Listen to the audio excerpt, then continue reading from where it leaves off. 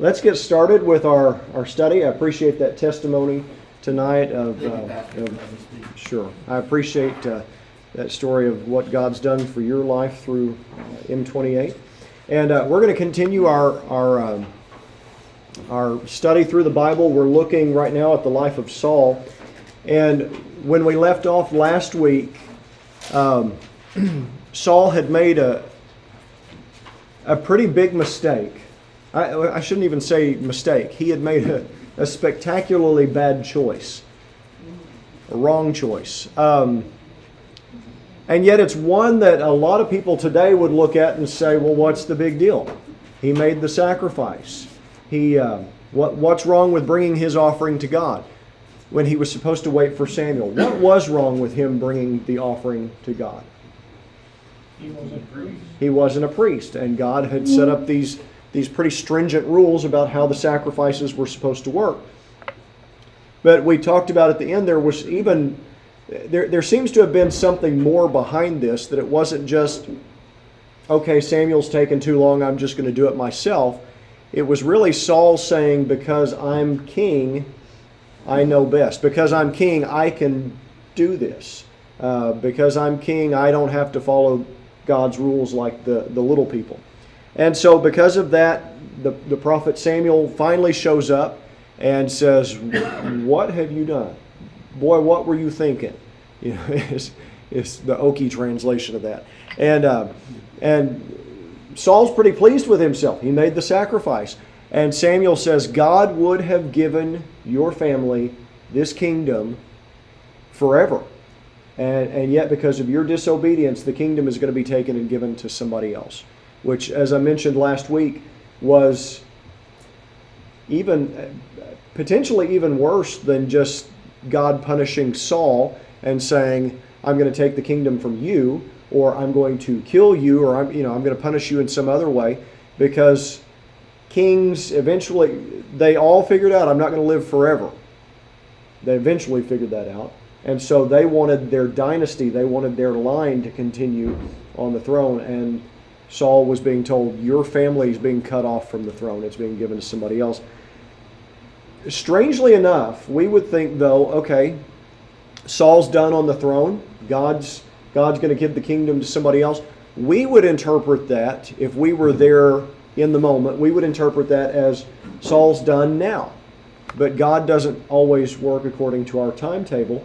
And so this went on for, if memory serves and the math is correct, this went on for another 38 years before God finally ended Saul's time on the throne. And so through the next 4 decades, better part of 4 decades, we're going to see Saul continue to make spectacularly wrong choices, and we're going to see him and God increasingly grow further apart as time goes on. And so that brings us to 1 Samuel chapter 14, where Saul was upstaged, is the word that I used, by his own son. And it's not the last time that Saul is going to be upstaged by somebody else. But it says in chapter 14, verse 1, now it happened one day that Jonathan, the son of Saul, said to the young man who bore his armor, come, let us go over to the Philistines' garrison that is on the other side. But he did not tell his father. It says in the next verse, Saul. Wrong Saul. This is not the Paul Saul. A few thousand years apart here. He's in Gibeah, which is one of the cities that we talked about last week. He's on the outskirts of Gibeah, sitting under a pomegranate tree. And he had about 600 men with him. He did not know that his son decided to go pick a fight with the Philistines. There's a man I've listened to on the radio that talks about the cultural battles that we as Christians find ourselves in, and he says we don't have to win all these fights, but we need to start a few. And I think that's right in certain circumstances. Well, that's what Jonathan's setting out to do. I don't know if we're going to win or not, but we're going to go start. I don't know if we're going to win the fight, but we're going to go start one. And he doesn't tell his dad. I'm not sure if he thinks his dad would talk him out of it, or if he's deliberately trying to upstage his dad. But Jonathan and his armor bearer decided to go out with no army behind them. and they decided to go out and pick a fight with the garrison, this outpost of the Philistines that was nearby. And it says in verse 4 that they went between the passes by which Jonathan sought to go over to the Philistines' garrison. There was a sharp rock on one side and a sharp rock on the other side, and the name of one was Bozez and the other was Seneh, and the front one faced northward opposite Michmash, and the other southward opposite Gibeah. So it's giving geographical references that people in that time would have been familiar with. But basically, there's one narrow place that he's between a rock and a hard place. There's one path that he can take in and out of where he's going to where the Philistines are. And it says in verse 6, Jonathan said to the young man who bore his armor, "Come, let us go over to the garrison of these uncircumcised. It may be that the Lord will work for us, for nothing restrains the Lord from saving by many or by few." He says, we're going to go pick this fight, and maybe the Lord will back us up. I don't know about you, but if I'm going to go fight the Philistines, I want more than maybe. I want to have run it by the Lord first. But Jonathan says maybe the Lord will back us up. And at least, he's right in saying the Lord can save by many or by few. God can overrun the Philistines with 2 million of us. God can overrun the Philistines with 2 of us. God can overrun the Philistines just by himself. So his armor bearer said, verse 7, "Do all that is in your heart. Go then, here I am with you according to your heart." Basically, what God's laid on your heart to do, let's do this. Jonathan says, let's go over across to these men. We'll show ourselves to them, and if they say this to us, "Wait until we come to you," then we will stand still in our place and not go to them. But if they say to us, "Come up to us," then we will go up, for the Lord has delivered them into our hand, and this will be a sign to us. So he says, if they say, "Wait right where you are," then we need to wait. I don't understand this strategy of letting the enemy dictate the rules of engagement here. But if the Philistines say, "Stay there," then we need to stay there. If the Philistines say, "Come over here," then we'll know the Lord has given them to us and we need to go over there. So it says in verse 11 that they stood over there by the garrison of the Philistines, and they showed themselves to the Philistines. They showed themselves, they were obvious about here we are. And it reminds me of, I don't know if any of you have seen Home Alone or have seen it recently. My son loves that movie.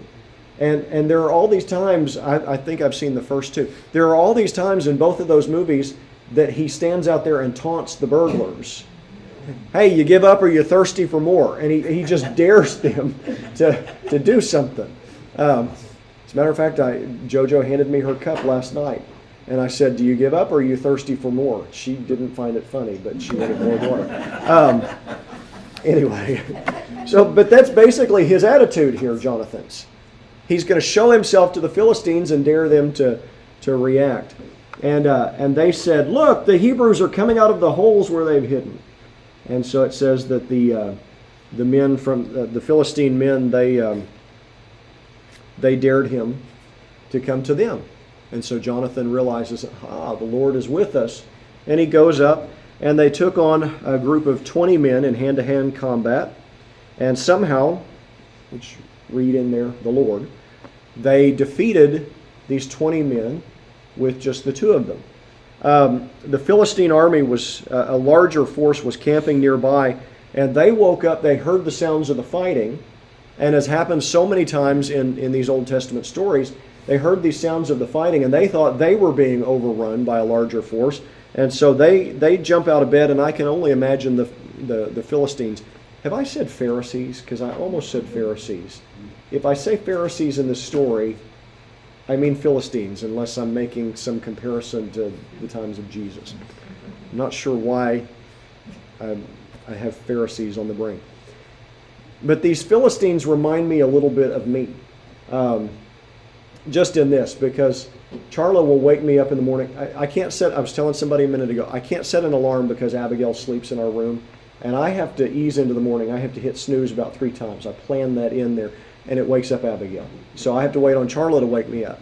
So she'll come in there about 5:30, grab my foot and say it's time to get up, and there's a 50-50 shot I'm going to look at her and laugh and say, no, it's not, and roll over and go back to sleep, because I'm not all there first thing in the morning. She woke me up at 3:30 one day last week and said, the dog is whining downstairs. I was like, what dog and who are you? You know. So the Philistines apparently are not their freshest first thing in the morning either. They woke up, they hear the sounds of battle, they assume they're being attacked, and so they jumped up and began to slaughter each other in the confusion. Saul's guards that were with him began to see Philistines just take off running through the hills and can't figure out what's going. They see the Philistines running off in every direction, and somebody looks around and realizes that Jonathan is gone, and they put two and two together. Jonathan must be down with the Philistines. So they set out for the Philistine camp, but when they arrived, they found the Philistines fighting with each other and chasing each other off. And so they showed up, and more Israelites arrived. They realized there's something going on down at Philistine town, and they all show up to see what's happening. They began to fight the Philistines. So now the Philistines are fighting each other in the confusion. The Israelites are attacking from outside, and they are just having a big time whooping up on the Philistines, to the point that Saul makes a rule. He says, we're going to finish these guys. Nobody stops and takes a break. Nobody's going to eat anything even until we've put these guys away.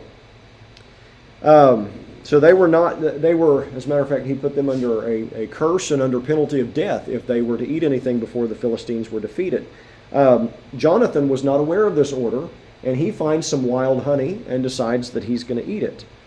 And that kind of revives him,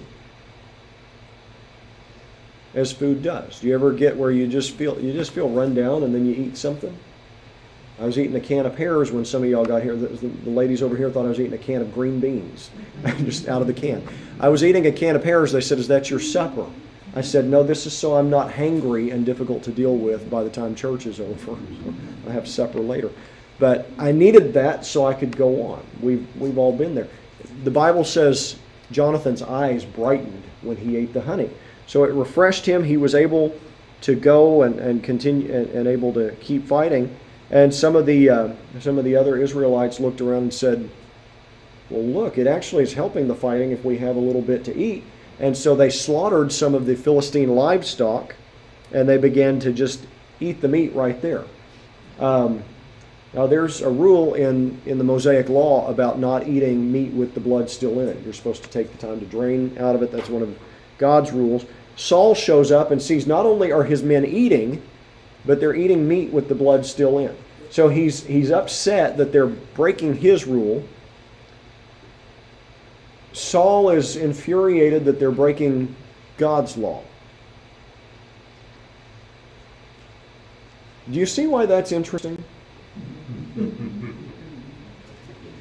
What had Saul just done? Broken God's law. But, it's not okay for the little people, but I'm the king. I can do what I want. But you're down here eating the meat with the blood still in it.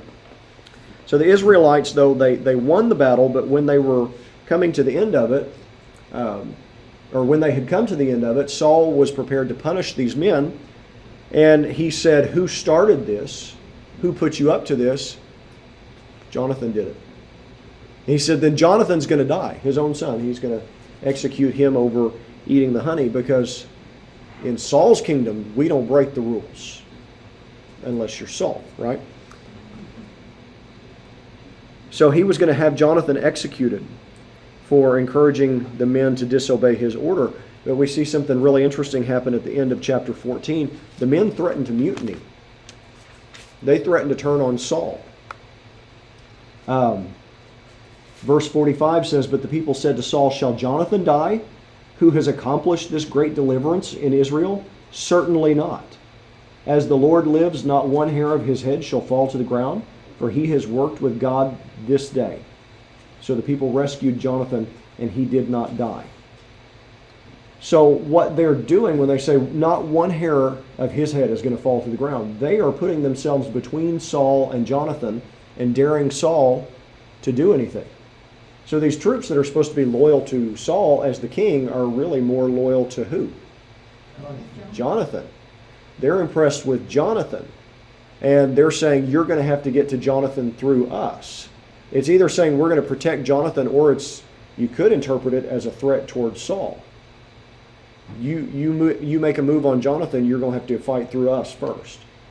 And so Saul backs down. But they gave Jonathan credit for giving them victory over the Philistines.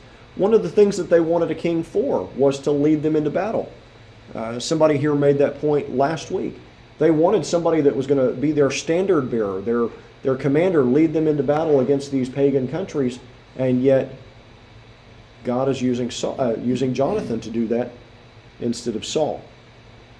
And so what we see in this story is that we're seeing the beginnings of God not taking away the throne from Saul yet, but he's taking away some of the responsibilities of the throne. We see God working through other people to do the things that kings do. And so we see the beginning of this process where God is... honestly, it was probably more painful for Saul to see the kingdom slip away slowly over the course of 30 years, as opposed to just one fell swoop and he's out as king and off with his head. He's got to watch as this power that he clings to gets slowly taken away from him. But God is no longer necessarily working through Saul as the king, even though he's left him on the throne. Do you have any questions or comments or anything to add on that part of the story before we go to chapter 15?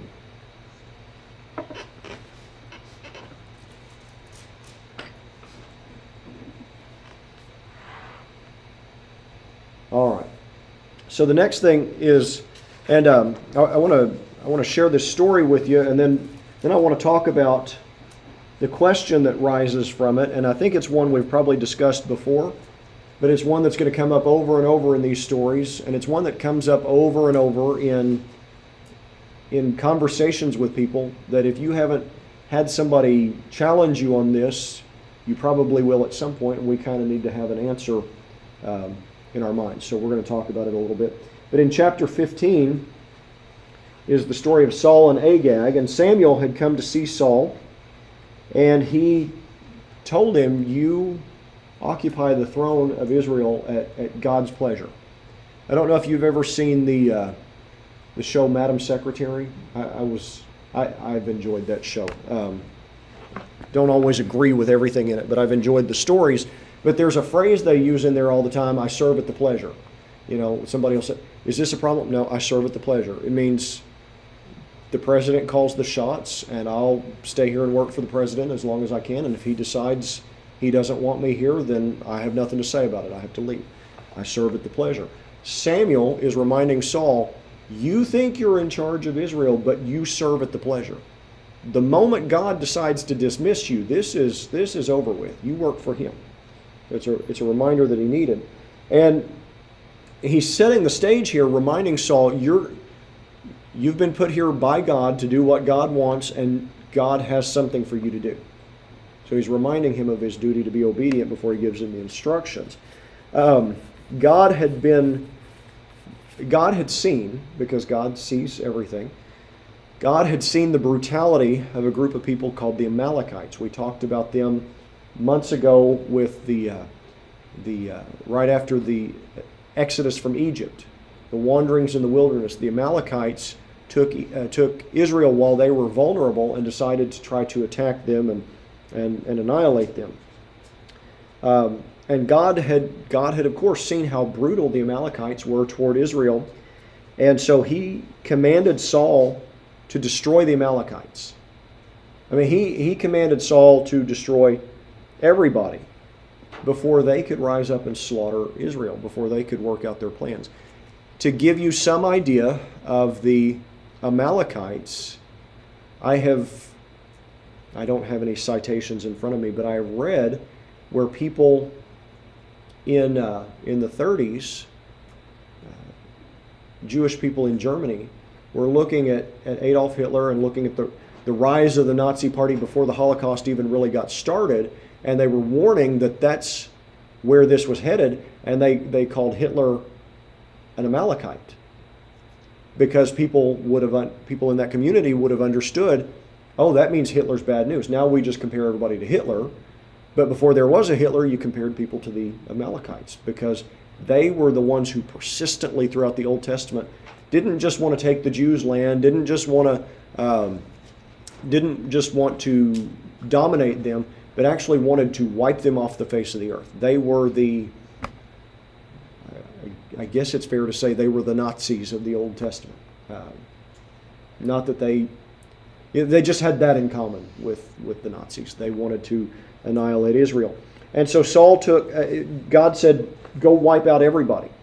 So Saul took 210,000 men to attack the Amalekites. Israel came in, they came in like a ninja. They attacked with stealth and with ferocity. They wiped out a ton of the Amalekite settlements. They destroyed their possessions. And I know as we're looking at this through a 21st century Western lens, it seems so excessive. It's uncomfortable. I mean, honestly, to hear this story, to read this story, because it doesn't necessarily comport with our view of God. But he told them, go and wipe out everything, and they did. Except Saul authorized a few exceptions, because, he's the king. He can do what he wants, right? Or so he thinks. He spared some of the Amalekites, including King Agag, who was their leader. And he kept the very best animals from the Amalekites' herds. He kept a few valuable animals. So Samuel comes to see Saul the next morning. And Saul goes out to meet Samuel, and he tells the prophet, I did what God told me to do. We wiped out the Amalekites. We did everything. And I love Samuel's response. Saul is just going on about how obedient he is, and Samuel just says, do I hear sheep?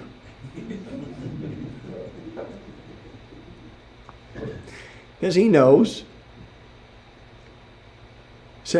Chapter 15, verse 14, but Samuel said, what then is this bleating of sheep in my ears and the lowing of oxen which I hear? Is that sheep I hear in the background? And so then Saul does his best to make excuses. He said, I only kept the animals because we're going to sacrifice them to the Lord. Number one, that's not... If I'm Samuel, I'm thinking, Bubba, didn't disobedience over sacrifices get you in hot water once before? Or how many times are you going to have to learn this lesson? But he said, and we can make excuses for disobedience and claim we're doing it for the right reasons. Well, that's what he's doing here.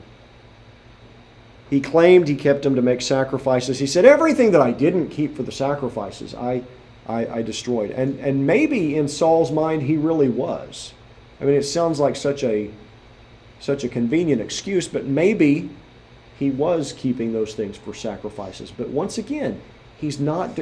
He wants to worship God in his own way. Not in God's way, but in his own way. He wants to call the shots in worship. He wants to think that he can obey God as it suits him. And really, he acts like he knows better about what should be done than God does. So Samuel just interrupts him and says, you've willfully disobeyed God here. This is not a mistake. This is not a lapse in judgment. You willfully disobeyed God. You've taken what you wanted. And by the way, I don't see that king over there that you spared and have gotten and have kept hidden. He had spared Israel's cruelest enemy. We look at the killing,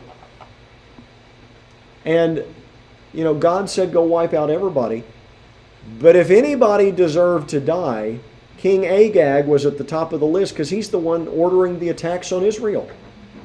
And yet that's the guy Saul spared because he was all wrapped up in his identity as a king. And a lot of times they would spare royalty just as a professional courtesy, one royal to another. Because you'd hope if you were ever in the same boat that they might show you some favoritism as well.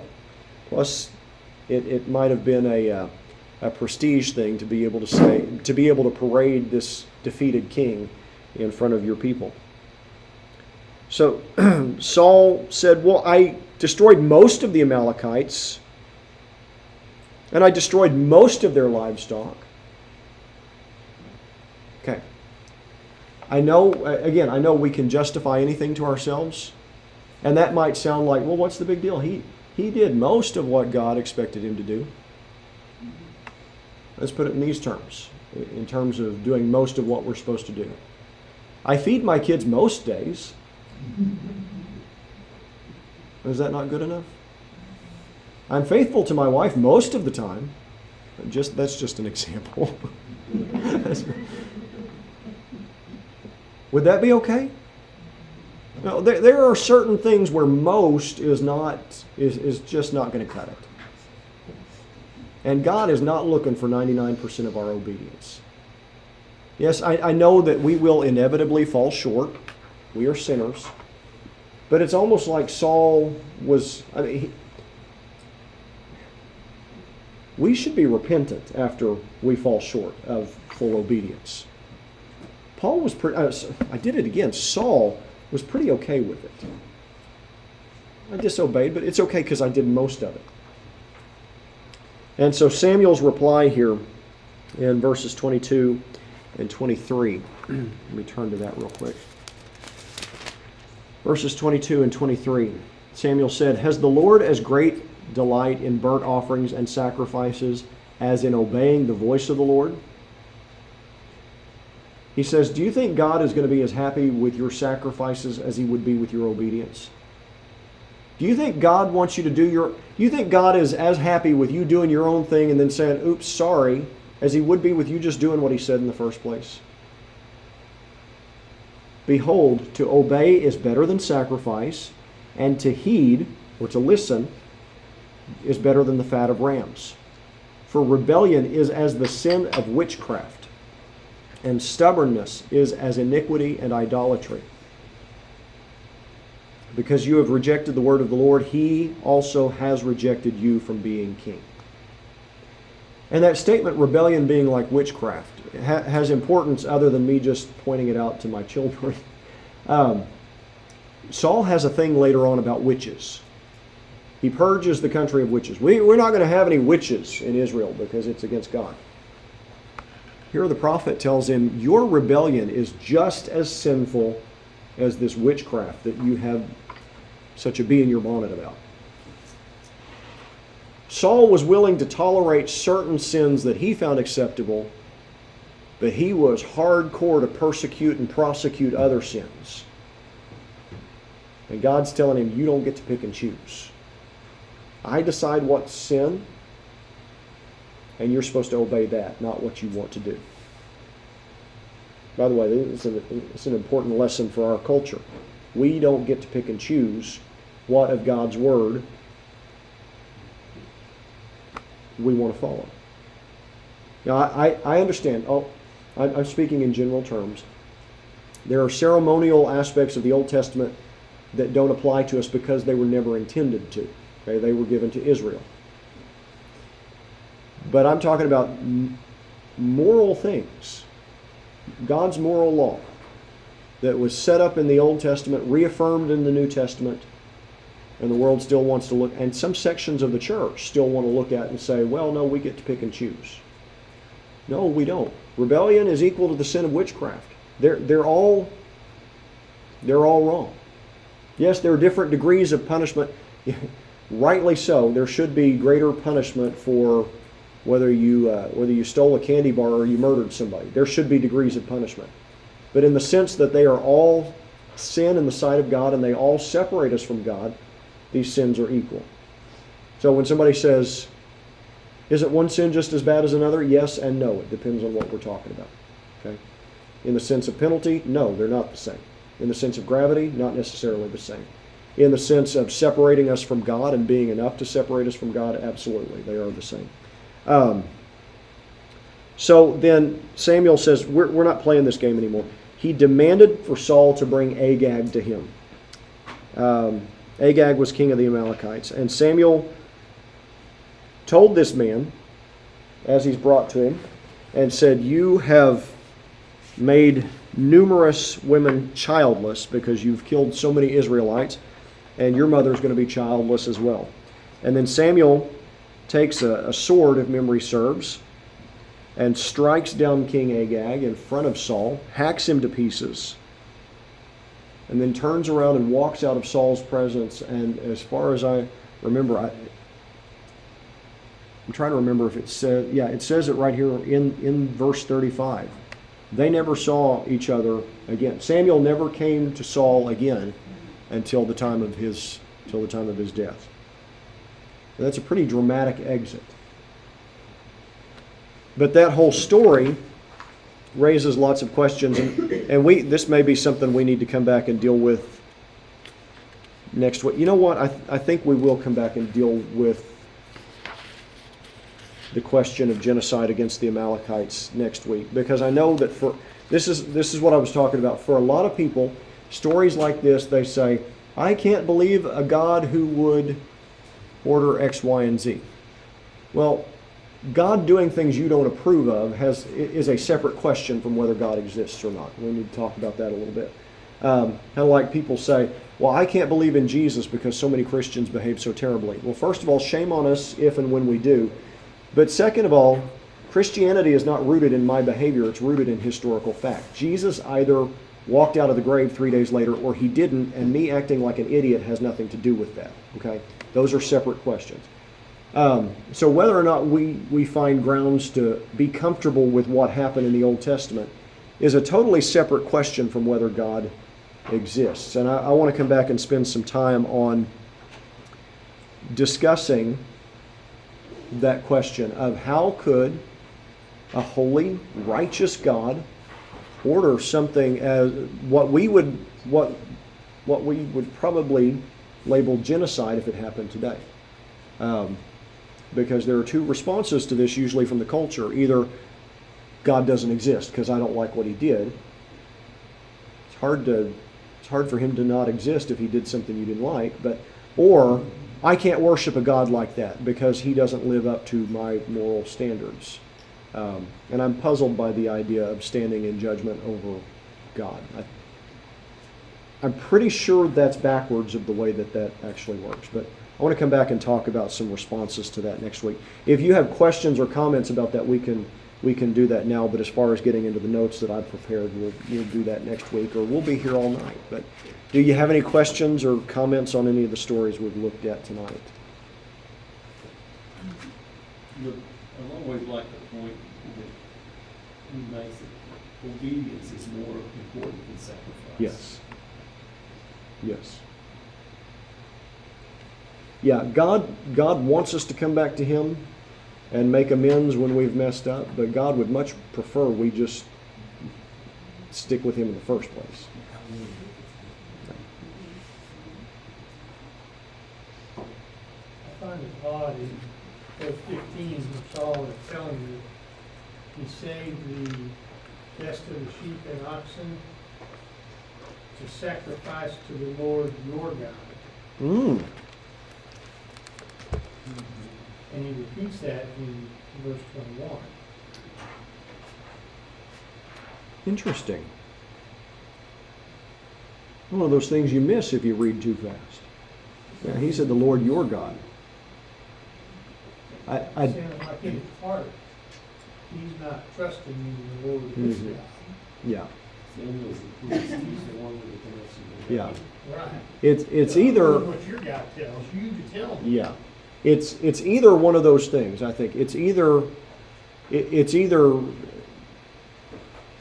what do they call that, a Freudian slip, where he's pointing out he's really not as close to God as Samuel is, or it's him trying to blame Samuel and say, your God told me to do, like some of the stuff we've talked about, Adam saying, that woman that you gave me, he's trying to blame God and Eve. Or Aaron, I just threw the gold in and the calf popped out. I still think that's the funniest thing in the whole He's Bible. already got his tail stuck between his legs. Yeah. Yeah. And he's trying to talk his way out of it. Yeah. Yeah. The sheep thing that I mentioned is one of the things that makes me laugh most in the Bible. Is that sheep I hear? I don't know why. I just think that's funny. I always have. But that golden calf thing that we talked about last week, that's got to be the funniest thing. I just threw all the earrings in, the calf popped out. But there's a tendency to do that when these folks in the Old Testament mess up. They start flailing, trying to blame somebody else. But we might have a tendency to do that too. I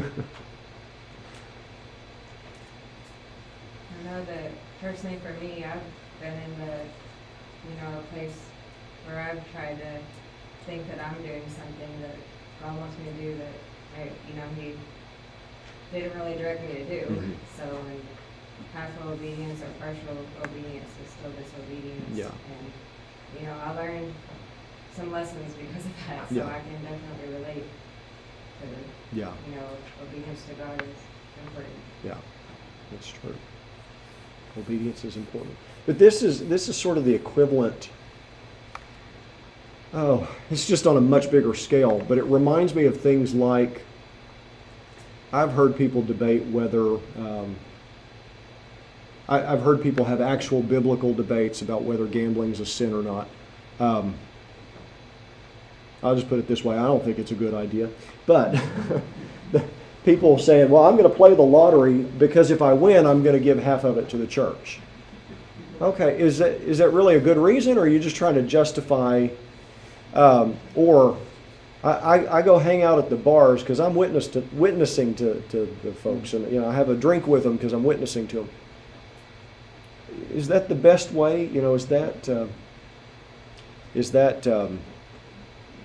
there's the argument to be made there about abstaining from all appearance of evil. So is that just something where we're trying to use God to justify? And I feel like that's what, does that make sense what I'm trying to say? And I feel like that's what Saul tried to do. I want to keep the sheep and the oxen for myself, so I'm just going to use God as my excuse. I kept it for sacrifices. Yes, that was the reason. But then he comes back and he said, because I feared the people, I didn't destroy everything. Oh, yeah. So he's just trying to shift blame onto anything that he can find convenient as to explain himself. Yes. Yes. Yes. When the excuses start changing, it's a little less convincing. All right. Any other?